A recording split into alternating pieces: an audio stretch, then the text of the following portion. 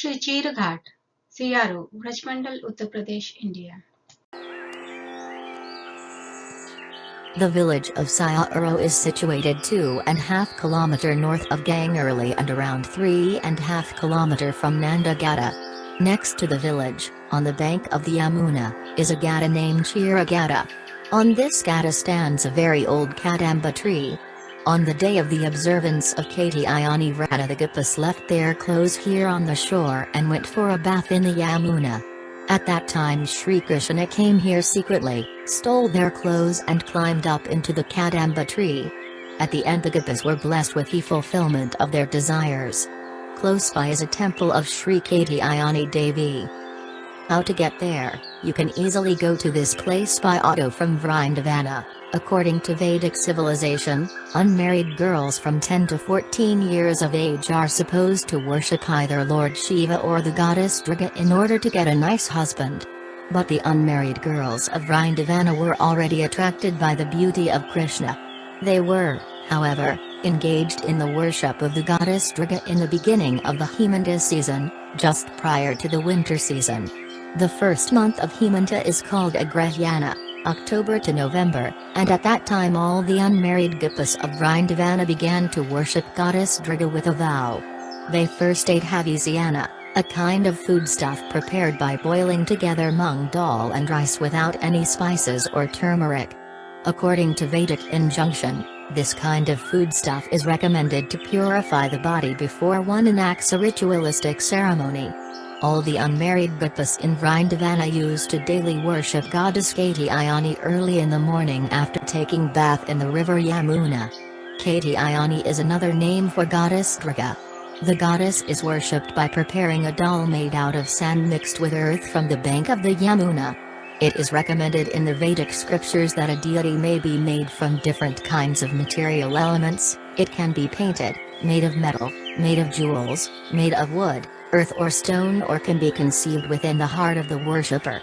The Mayavadi philosopher takes all these forms of the deity to be imaginary, but actually they are accepted in the Vedic literatures to be identical with either the Supreme Lord or a respective demigod. The unmarried gopis used to prepare the deity of goddess Durga and worship it with candana pulp, garlands, incense lamps and all kinds of presentations, fruits, grains and twigs of plants.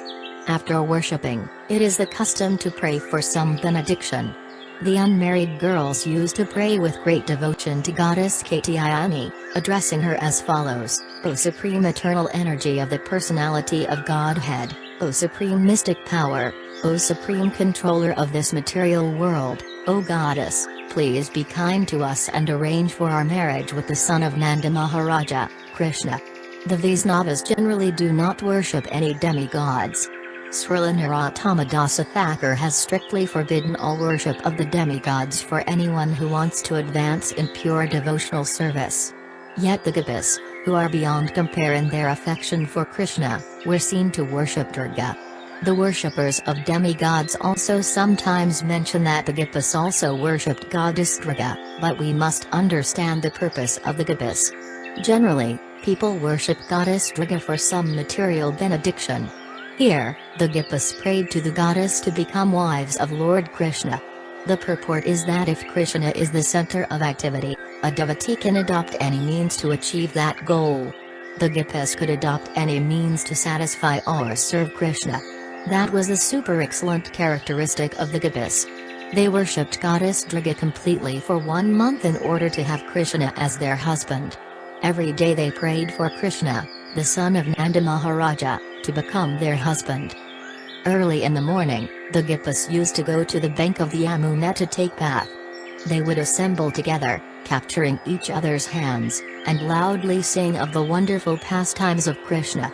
It is an old system among Indian girls and women that when they take bath in the river they place their garments on the bank and dip into the water completely naked. The portion of the river where the girls and women take bath was strictly prohibited to any male member, and this is still the system. The Supreme Personality of Godhead, knowing the minds of the unmarried young gopis, benedicted them with their desired objective. They had prayed for Krishna to become their husband, and Krishna wanted to fulfill their desires. At the end of the month, Krishna, along with his friends, appeared on the scene. Another name of Krishna is Yogsvara, or master of all mystic powers.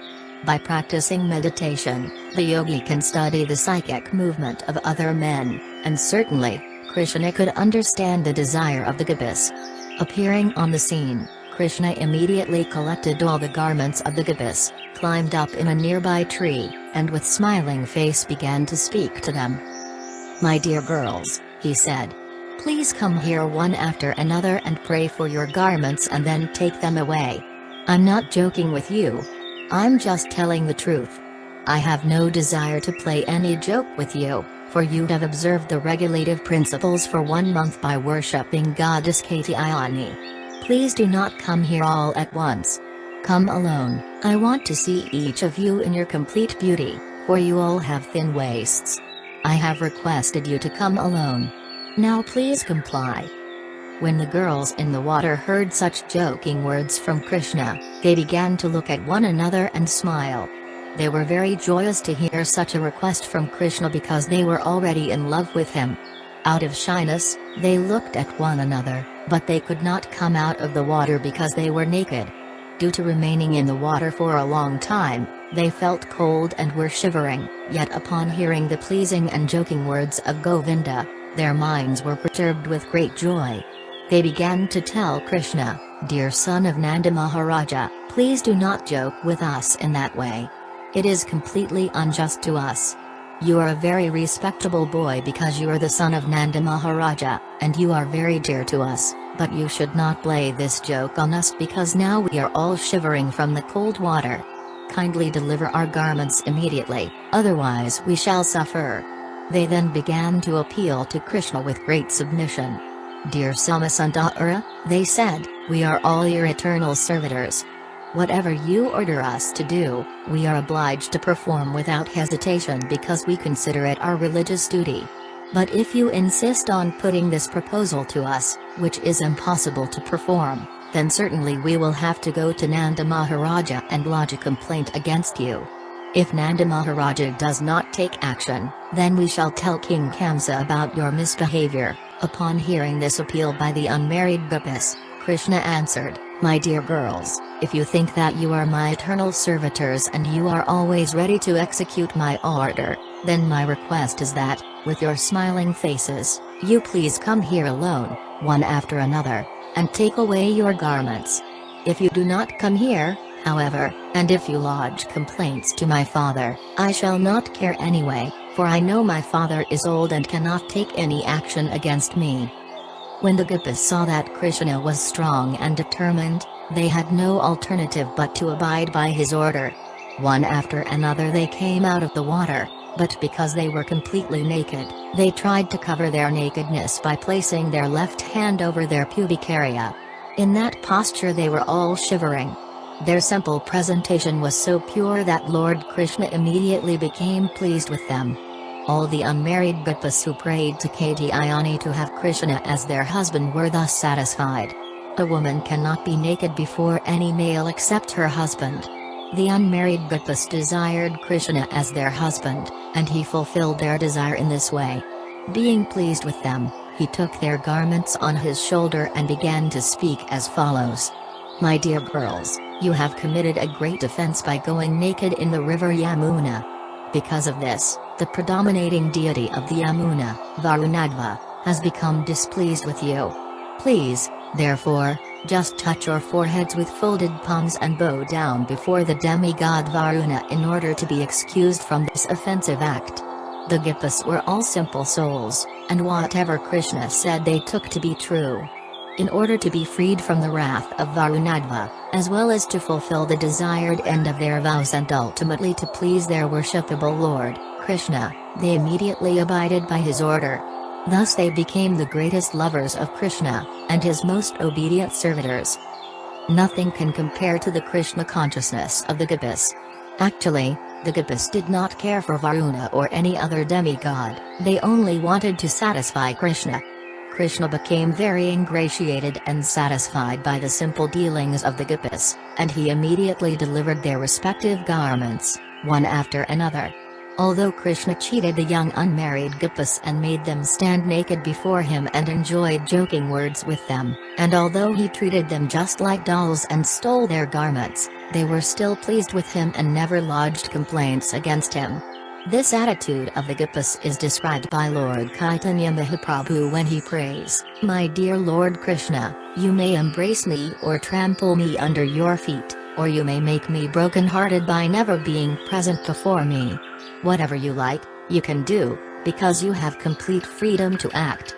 But in spite of all your dealings, you are my Lord eternally, and I have no other worshipable object." This is the attitude of the gopis toward Krishna. Lord Krishna was pleased with them, and since they all desired to have him as their husband, he told them, "My dear well-behaved girls, I know of your desire for me and why you worship goddess Katyayani, and I completely approve of your action. Anyone whose full consciousness is always absorbed in me, even if in lust, is elevated. As a fried seed cannot fructify, so any desire in connection with my loving service cannot produce any fruitive result, as in ordinary karma." There is a statement in the Brahma Samhita, Karmani Nirdahati Kintu Ca Bhakti Bhajam. Everyone is bound by his fruitive activities, but the devotees, because they work completely for the satisfaction of the Lord, suffer no reactions. Similarly, the gopis' attitude toward Krishna, although seemingly lusty, should not be considered to be like the lusty desires of ordinary women. The reason is explained by Krishna himself.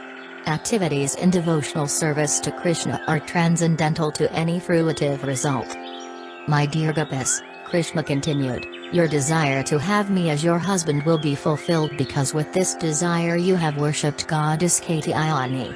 I promise you that during the next autumn season you shall be able to meet with me, and you shall enjoy me as your husband." You can watch my another video, The Story of the Maithila Women, to know the previous life of these gopis.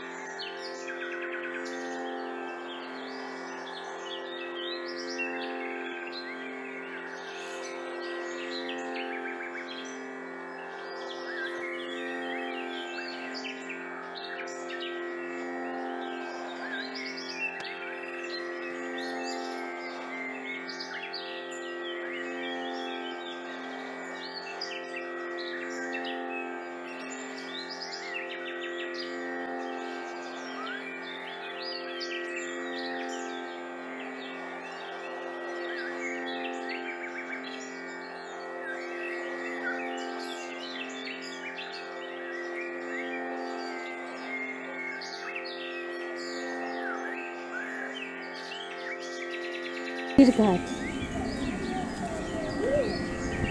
Yamuna माता, देवी कात्यायनी का मंदिर,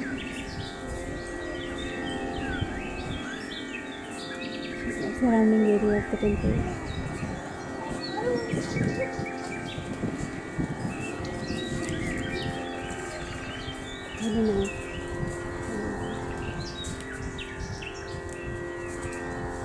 श्रीमती राधा रानी और कृष्णा के चरण चिन्ह, राधा रानी और कृष्णा जी के चरण चिन्ह, Shir Ghat. Whenever I upload new video, I update homepage glories of Holy Dhamma of my website vaticandustan.org and also under menu. You can also press the YouTube subscribe button to receive notification. I am thankful to my subscribers and viewers for their support in my small devotional service for Srila Prabhupada. All glories to Srila Prabhupada. All glories to Sri Sri Guru and Sri Sri Gauranga.